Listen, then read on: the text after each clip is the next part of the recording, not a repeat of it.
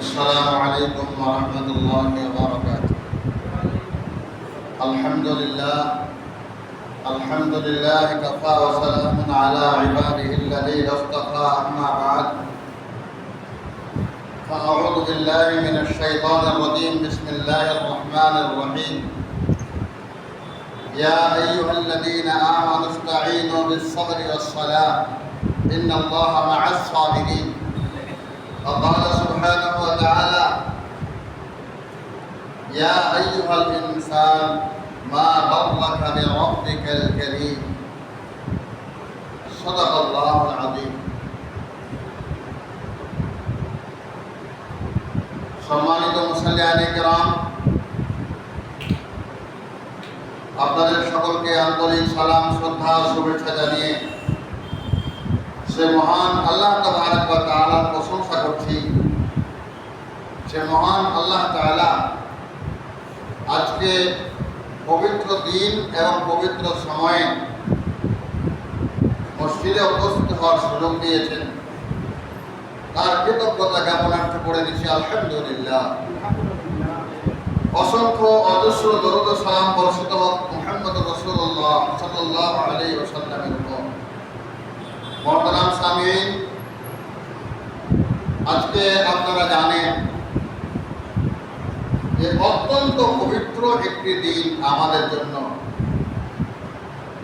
পবিত্রতার প্রথম কারণ হচ্ছে আজকে জুমার দিন, সপ্তাহের সরদার। আর দ্বিতীয় কারণ হচ্ছে আজকে ইয়াউমে আশুরা, মুহররমের 10 তারিখ। এই দুটো দিন, দুটো কারণে আজকের দিনটা অত্যন্ত পবিত্র। আমি গত সপ্তাহে আশুরা সম্পর্কে আপনাদেরকে বলে দিয়েছিলাম যে আশুরাতে কি কি ঘটনা ঘটেছে।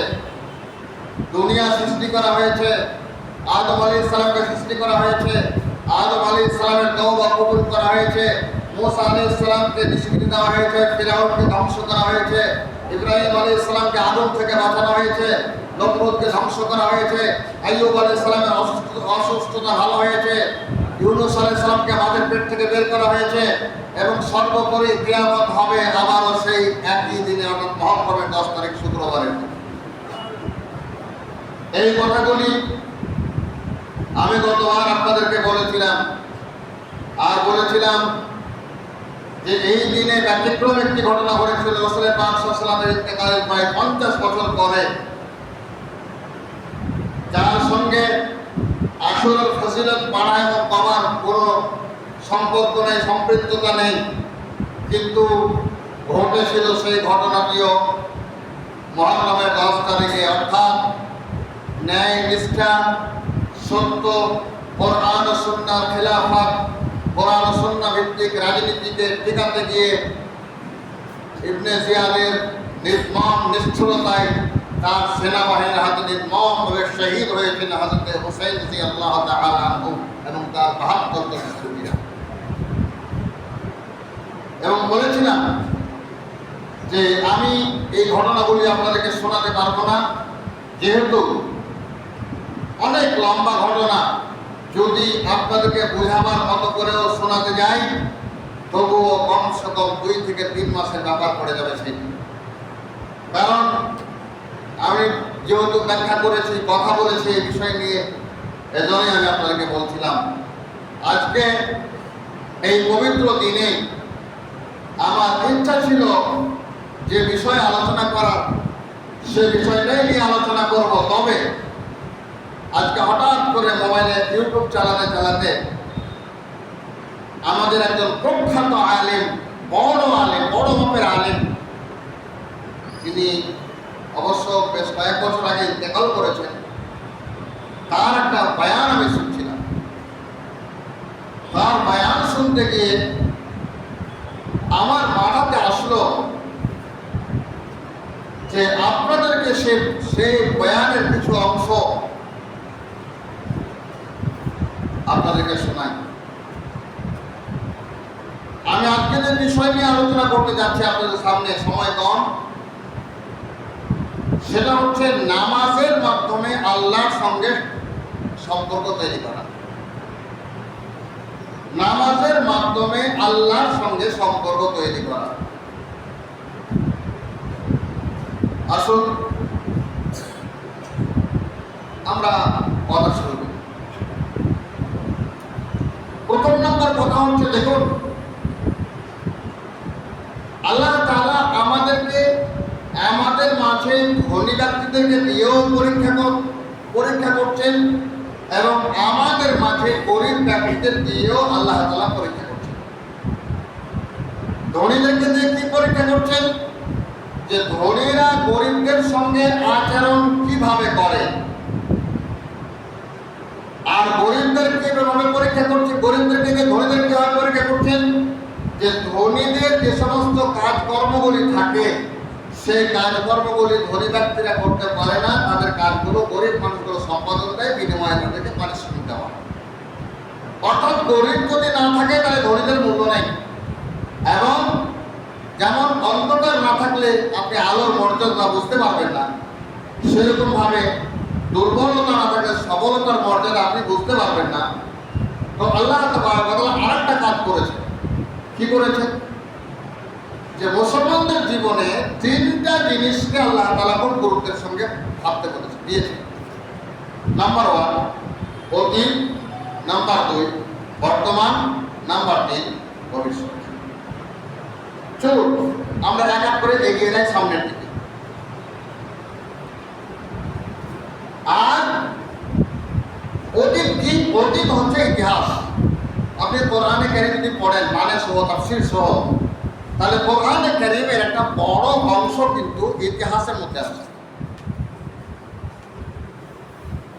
কোরআনে কারীমের বড় অংশ ইতিহাসের মধ্যে আছে। তাহলে কেন আল্লাহ তাআলা ইতিহাস দিলেন? ইতিহাস এজন্য দিলেন যে আমরা যাতে অতীত থেকে শিক্ষা নিয়ে বর্তমানটাকে ভালো করে ভবিষ্যৎটাকে উজ্জ্বল করতে পারি। এই জন্য আল্লাহ তাআলা অতীতটাকে আমাদের পিছনে রেখেছেন এবং আমাদেরকে মনে করিয়েছেন। আপনি দেখুন, কোথায় মুসা আলাইহিস সালাম আর কোথায় আমরা, হাজার হাজার বছরের পার্থক্য। মুসা আলাইহিস সালামকে আমরা না দেখেছি, না তার উম্মতকে দেখেছি, অথচ তাদের ঘটনা আমরা জানি। তো এই জন্য ইতিহাস আল্লাহ তাআলা আমাদেরকে দিয়েছেন ভবিষ্যৎটাকে সুন্দর করবার জন্য। চলুন তারপরে কথা। তো আমরা আজকে 2 টাকার মালিক হওয়ার পর আমরা আল্লাহকে ভুলে যাই, আমরা রাসূলকে ভুলে যাই। ফ্যানগুলো কমিয়ে দেন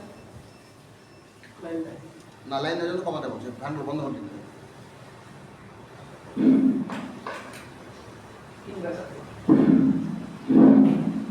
কেন? আমাদের অতীত মুসা আলাইহিস সালাম, আমরা কি বলছিলাম? যে আল্লাহ তাবারক ওয়া তাআলা আমাদেরকে 2 টাকা দিয়েছেন, 2-4 টাকার মালিক হয়ে আমাদের পা মাটিতে পড়ে না, আমরা আল্লাহকে ভুলে যাই, রাসূলকে ভুলে যাই।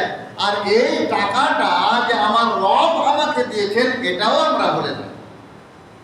এই জন্য আমরা দান খয়রাত করি না, এই জন্য আমরা যাকাত দেই না, এই জন্য আমরা আল্লাহ তাবারক ওয়া তাআলাকে পাই না। দেখুন, তো আমরা ইতিহাসের দিকে যাই। ইতিহাসের দিকে যদি যাই, নবীদের মধ্যে যদি আমরা দেখতে যাই, তাহলে বাহ্যিক দৃষ্টিতে সারা পৃথিবীর বাদশাহ করে যাকে পাঠিয়েছিলেন যে নবী আলাইহিস সালামকে, তার নাম হচ্ছে সুলাইমান আলাইহিস সালাম। কোরআনুল্লাহ আপনারা পাবেন। তিনি কেমন বাদশাহ? তিনি জিনের বাদশাহ, তিনি হাওয়ার বাদশাহ, তিনি পানির বাদশাহ। যখন হাওয়াকে বলতেন, হাওয়া আমাকে অমুক জায়গাতে নিয়ে চল, সিংহাসন সহ হাওয়া নিয়ে চলে যেত। জিনকে বলতো আমাকে অমুক কাজটা করে দিতে হবে, জিন সঙ্গে সঙ্গে কাজটা করে দিত। সুলাইমান আলাইহিস সালাম পাখিকে বলতো, পাখি ঠোঁট দিয়ে দেখ কোথায় পানি আছে। পাখি তখন দেখতো, হুদহুদ পাখি তখন মাটিতে চোঁচ মারতো আর বলতো হুজুর এই জায়গাটাতে পানি আছে। পাকপাখালির জিন ইনসান হাওয়া বাতাস সব জিনিসের উপরে তার ছিল প্রভৃত্ব। তিনি পিপিলিকার ভাষাও বুঝতে পারতেন। এত বড় মাপের ধনী, সোনা হীরা জহরত মণি মুক্তা দিয়ে তাকে ভরে দেওয়া হয়েছে। সেই সুলাইমান আলাইহিস সালাতু ওয়াস সালাম এত কিছু পাওয়ার পরেও তিনি তার উম্মতের জন্য দিনের দাওয়াত দিতেন আর রাত্রিবেলা আল্লাহর কাছে গিড়গিড়িয়ে কাঁদতেন। তার তাহাজ্জুদ কাজা হতো না, তার নামাজ কাজা হতো না, তার শরীয়তের পদ্ধতি ছুটতো না। তিনি কখনো ভাবতেন না যে আমি এগুলোর মালিক। তিনি ভাবতেন রব আমাকে হাদিয়া হিসেবে, উপহার হিসেবে দিয়েছেন, আমি এগুলোর মালিক না, এগুলোর মালিক হচ্ছে আমার রব। কোনদিন তার মধ্যে অহংকার বোধটা ছিল না। ইউসুফ আলাইহিস সালামকে দেখেন, ইউসুফ আলাইহিস সালামকে কুয়াতে ফেলে দেওয়া হলো। কুয়াতে ফেলে দেওয়ার পর ইউসুফ আলাইহিস সালাম কেউ ভাবতে পারেনি যে রব এইদিকে কুয়াতে যখন মানুষরা ফেলেছে, রব জিবরাইল আলাইহিস সালামকে পাঠিয়ে দিয়ে ইউসুফ আলাইহিস সালামকে কুয়ার মধ্যে বাঁচিয়ে রেখেছেন। সেই ইউসুফ আলাইহিস সালাম যখন বের হলেন, বের হওয়ার পরে যেমন তেমন না, তিনি হয়ে গেলেন মিশরের অর্থমন্ত্রী। যেই জায়গাতে দুর্ভিক্ষ আসার কথা, সেই জায়গাতে তার সারা পৃথিবীর বড় খাজানা, বড় অর্থনৈতিক দিক মানে সম্পদ তার হাতে। আপনি কল্পনা করতে পারেন সেই ইউসুফ আলাইহিস সালামের কখনো নামাজ ছুটেনি, কখনো তাহাজ্জুদ ছুটেনি, কখনো কিছুই ছুটেনি। কারণ তিনি জানতেন আল্লাহকে যদি পেয়ে যাই সব পেয়ে গেলাম, রবকে যদি না পাই সব হারিয়ে গেল। নামাজের মাধ্যমে আল্লাহকে তিনি খুঁজে নিতেন, শত ধনী হওয়ার পরেও তারা তিনি খুঁজে নিতেন। আমরা কি করি? আমরা তো একবারও ভাবি না যে আমার টাকা পয়সা, আমার ভাড়া বাড়ি, আমার বাড়ি ঘর ভাড়া বাড়ির মতো, আমার বয়স হয়ে গেল 70-80 বছর, আমি চলে যাব, আমার কিছুই থাকবে না, আমার সন্তানরা আমার চাবি ধরবে, আমার সন্তানরা চলে যাবে, তার সন্তানরা চাবি ধরবে, তারা চলে যাবে, তার সন্তানরা চলে যাবে। হাই হাই হাই, হোটেলের কথা মনে থাকে, হোটেলে 24 ঘন্টার জন্য একটা রুম বুক করেছি, 24 ঘন্টা পেরিয়ে গেল, ম্যানেজারকে চাবি দিয়ে চলে আসলাম, স্যার আমার সময় শেষ, আপনি চাবি নিয়ে নেন। আমি যদি বাড়িটাকে হোটেলের মতো ভাবতে পারতাম, এই মাত্র কয়েকদিনের জীবন, আমি কি করবো টাইলস বসিয়ে, মার্বেল বসিয়ে, আমি কি করবো চাকচিক্যময় বাড়ি দিয়ে, আমার কবরটাকে তো ভালো করতে হবে। যেই কবরের জন্য আল্লাহ তাআলা হাইয়া আলাস সালাহ বলে প্রত্যেক দিন ডাকছে, বান্দা তুই মসজিদের দিকে আয়, হাইয়া আলাল ফালাহ, ভালোর দিকে আয়, নামাজের দিকে আয়। আমি অন্য উম্মতের জন্য আযাব সৃষ্টি করিনি, আমি তোদের জন্য আযাব সৃষ্টি করেছি। তোরা অলসতা হয়ে যাবি, আমি আল্লাহ মসজিদে লোকদার করিয়ে দিয়েছি, তোদেরকে হাইয়া আলাস সালাহ বলে ডাকবে, মসজিদে চিন্তা করবে, আমি তোর জীবনের সমস্ত গুনাহ মাফ করব। আপনি কি কল্পনা করতে পারেন? আপনি কি ভাবতে পারেন যে নামাজের মাধ্যমে আমরা কি পেতে পারি? আল্লাহ তাআলাকে কেমন করতে করে পেতে পারি? হযরতে ধনীর কথা বলছিলাম, কত টাকার ধনী আপনি? আমি হযরতে একজন আলেম বলছিলেন যে আব্দুর রহমান ইবনে আউফ রাদিয়াল্লাহু তাআলা আনহু যখন ইন্তেকাল করেন, সাহাবী, আর 1400 বছর আগে আয়ের কথা বলছি, তো তিনি বলছেন যে আমি ইতিহাস ঘেঁটে দেখেছি আব্দুর রহমান ইবনে আউফ রাদিয়াল্লাহু তাআলা আনহু যখন ইন্তেকাল করেন তখন তিনি কত বড় ধনী ছিলেন জানেন? বলছেন তখন তিনি সেই যুগে 47 লক্ষ কোটি টাকা রেখে গিয়েছিলেন ইন্তেকালের সময়। 47 লক্ষ কোটি টাকা। আরে আপনি ক টাকার মালিক? সেই আব্দুর রহমান ইবনে আউফ রাদিয়াল্লাহু আনহু জিহাদের মাঠে অংশগ্রহণ করেছেন। আব্দুর রহমান ইবনে আউফ এক ওয়াক্ত তাহাজ্জুদ ছাড়েননি। আব্দুর রহমান ইবনে আউফ রাত্রিবেলা কাঁদতেন, মাটিতে শুয়ে থাকতেন, বলতেন আল্লাহ যদি আমাকে মানুষ না বানানো হতো, আল্লাহ যদি গাছের পাতা বানিয়ে দেওয়া হতো, আমাকে সব খেয়ে ফেলতো, আল্লাহ তুমি আমার হয়ে যাও, তুমি আমার, তো আমাকে তোমার বানিয়ে নাও। রব তখন ডাকে, বান্দা ইয়া আইয়ুহাল ইনসান মা গাররাকা বিরাব্বিকাল কারীম, এ বান্দা তুই আমাকে কেমন করে ভুলে গেলি? আমি তোকে সব দিয়ে সৃষ্টি করেছি, তুই কি করে আমাকে ভুলে গেলি? আয় আয় আয়, আমি এত সুন্দর করে জান্নাত তোর জন্য তো সাজিয়ে রেখেছি। তুই প্রত্যেক সপ্তাহে তুই মার্কেটিং করবি, শপিং করবি, জান্নাতের মধ্যে ঢুকে জান্নাতের ঘরের দেওয়ালের দিকে তাকাবি, তোর পুরো মুখটা ফুটে উঠবে। আরে দুনিয়ার লোক তোকে ভালোবাসে, মেয়ে ভালোবাসে, যৌবনের জন্য, টাকার জন্য। ছেলে ভালোবাসে যৌবনের জন্য, টাকার জন্য। তুমি তোমার টাকা যদি না থাকে, পিছনে পড়ে গিয়ে দেখো কত অবহেলার শিকার হবে তুমি। যার জন্য তুমি টাকা খরচ করেছো, যার জন্য যান খরচ করেছো, যার জন্য মাল খরচ করেছো, যে যৌবনের অবৈধ প্রেমে পড়ে যে ভ্যালেন্টাইন্স ডে মানিয়েছো, সেই যৌবন ফুরিয়ে গেলে আর কেউ কাউকে দেখবে না। হাই হাই হাই, তুমি আল্লাহকে ছেড়ে দিয়ে, আরে তুমি যে বাবা মা, তুমি যে বাবা হয়েছো, মা হয়েছো, তুমি ভালো বাবা মা হতে পারেনি। তোমার ছেলেকে কি শিক্ষা দিলে? তুমি যখন বুড়ি হয়ে গেলে, বুড়া হয়ে গেলে, তখন তোমার সন্তান তোমার দিকে আর দেখতে চাই না, তখন তার বউ তোমার দিকে আর দেখতে চাই না। দেখে এসো বৃদ্ধাশ্রম করেছে মা বাবা, যে কলেজের টুকরা সন্তানকে মানুষের মতো মানুষ করার চেষ্টা করেনি, সেই বাবা মা আজকে ভেবেছিল আমার ছেলে ডাক্তার, আমার ছেলে মাস্টার, আমার ছেলে ইঞ্জিনিয়ার, আর ওই ছেলেটা তাকে বৃদ্ধাশ্রমে রেখে চলে এসেছে। দুনিয়ার সবাই ভালোবাসে নিজের স্বার্থে, একমাত্র তোমার রব, আমার রব ভালোবাসেন নিঃস্বার্থে। তাহাজ্জুদের টাইম হয়, রব তখন বলেন, বান্দা আয়, আমি তোর গুনাহ মাফ করবার জন্য অফিস খুলে দিয়েছি। কোন দিকে যাচ্ছিস? আমি অফিস খুলে দিয়েছি আমার গুনাহগুলি মাফ তোর গুনাহগুলি মাফ করবার জন্য। তুই বিপদে আছিস, আমি অফিস খুলে দিয়েছি। আমাকে বল, কোন অফিসে গিয়ে তোর কাজ হয়নি, আমার অফিসে বল, আমি তোর রব তোর জন্য অপেক্ষা করছি। হাজার কোটি গুনাহ করেছিস, কখন আমাকে একবার আল্লাহ বলে ডাকবি আর তোর জীবনের সমস্ত গুনাহগুলো মাফ করে দেবো। আপনি কি কল্পনা করতে পেরেছেন? আপনি কি ভাবতে পেরেছেন যে আপনার জীবনে কি হারিয়েছেন? আপনি কি সম্পদ আপনি হারিয়েছেন? আপনি আমার রবকে নারাজ করে দিয়ে আপনি দুনিয়ার পিছে লেগে গেলেন। আপনি কি একবার ভাবলেন না হাতের ময়লা আপনার সম্পদ, হাতের ময়লা আপনার জমি জায়গা, আপনার সন্ততি আপনাকে তাদের স্বার্থে ভালোবাসে, আপনার স্বার্থে আপনাকে ভালোবাসেন। আপনি কি করে ফেলে গেলেন? কাশ যদি আপনি একবার রসুলকে জানতেন, যদি আপনি আপনার রবের দয়াটাকে, ভালোবাসাটাকে বুঝতেন, তাহলে আপনার জীবনটা ধন্য হয়ে যেত, আপনি আপনার রবকে পেয়ে যেতেন। কিন্তু দুঃখের বিষয় আপনি আপনার রবকে পেতে ভুলে গেছেন। আল্লাহ কি সুন্দর করে ডেকে বলছেন, ইয়া আইয়ুহাল ইনসান, হে মানুষ, আমি তোদেরকে সৃষ্টি করলাম রে, তোদেরকে অক্সিজেন দিলাম, খাবার দিলাম, যে জমি থেকে ফসল বের হওয়ার কথা ছিল না, সেই জমি থেকে ফল বের করে খাওয়ালাম।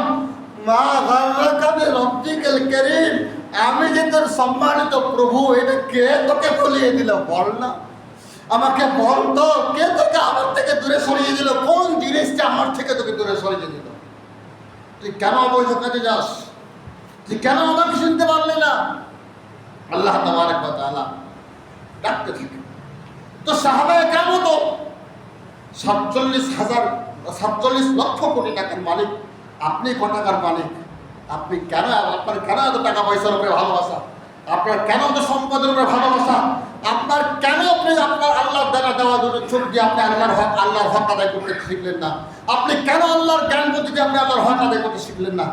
হযরত আব্বাস রাদিয়াল্লাহু তাআলা রাসূল পাক সাল্লাল্লাহু আলাইহি ওয়াসাল্লামের চাচা, যিনি রাসূল কারীম সাল্লাল্লাহু আলাইহি ওয়াসাল্লাম